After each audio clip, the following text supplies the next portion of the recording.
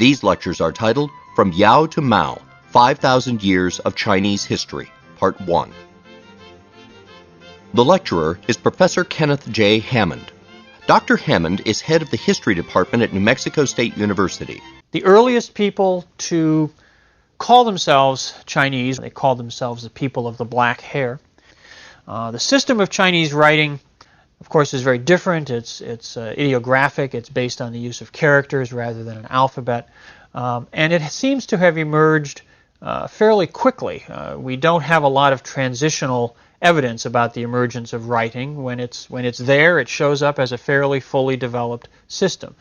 So we don't know a lot about its early stages of development. But at some point, about 3,500 years ago, there it is.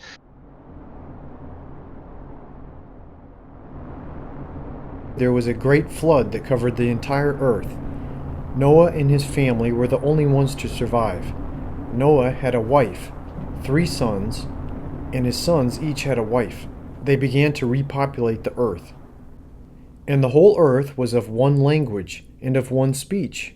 And it came to pass, as they journeyed from the east, that they found a plain in the land of Shinar, and they dwelt there. And they said one to another, Go to, let us make brick, and burn them thoroughly. And they had brick for stone, and slime had they for mortar. And they said, Go to, let us build us a city and a tower, whose top may reach unto heaven. And let us make us a name, lest we be scattered abroad upon the face of the whole earth.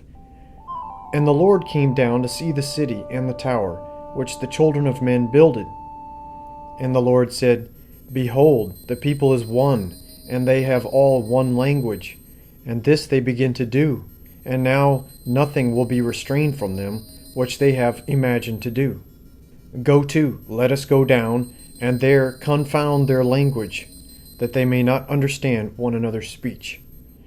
So the Lord scattered them abroad from thence upon the face of all the earth, and they left off to build the city. Therefore is the name of it called Babel, because the Lord did there confound the language of all the earth, and from thence did the Lord scatter them abroad upon the face of all the earth.